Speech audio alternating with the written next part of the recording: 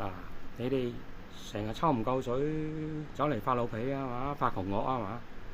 喂，不如我派片嚟，我俾翻水你哋啊，好嗎？你聽住啊，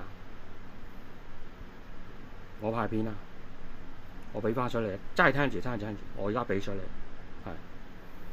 咁通常咧，度都好，有啲邪惡軸心咧，就搞嘢㗎啦。開群組，開咗群組先，通訊群組，咁啊互通信息，咁咧佢就通常佢鎖咗啲目標咧，咁啊拍照，咁啊影佢大頭，影佢細頭，係啊，咁逐個影，咁啊上通訊群組啊篤灰狗啦，咁啊插佢啦，咁啊爆料啦，咁啊講是非講是講非啦，咁啊係啊。通常你知道邊個係邪惡軸心咧，就開群組第一人開群組個人咧就係邪惡軸心。其次第二把交椅咧就係嗰啲發嗰啲投訴嗰啲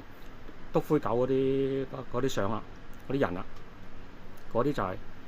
係邪惡軸心第二把交椅啊。咁我知你哋一樣嘢，你喺度記牌，你哋喺度收集信息，每日嘅收集信息有關嘅事件做個記錄。咁你哋咧響背後咧喺度每日記錄㗎啦。咁通常奸狗咧就嗰啲奸狗咧就做一個親民形象。點樣奸狗咧就係佢走嚟撩你講嘢啊，套你料。通常佢好親民嘅，好順意嘅。佢問你啲嘢好順意，但係你聽住啊，你啲利益，如果問啲利益問題咧，如果你答錯咗咧，咁佢你釘死你㗎啦，佢上網鞭屍㗎啦，係啊。咁你開群組咧，第一人你已經係錯㗎啦，你邪惡軸心嚟㗎，你顛倒是非啊，你喺度搞是搞非啊，挑撥離間啊，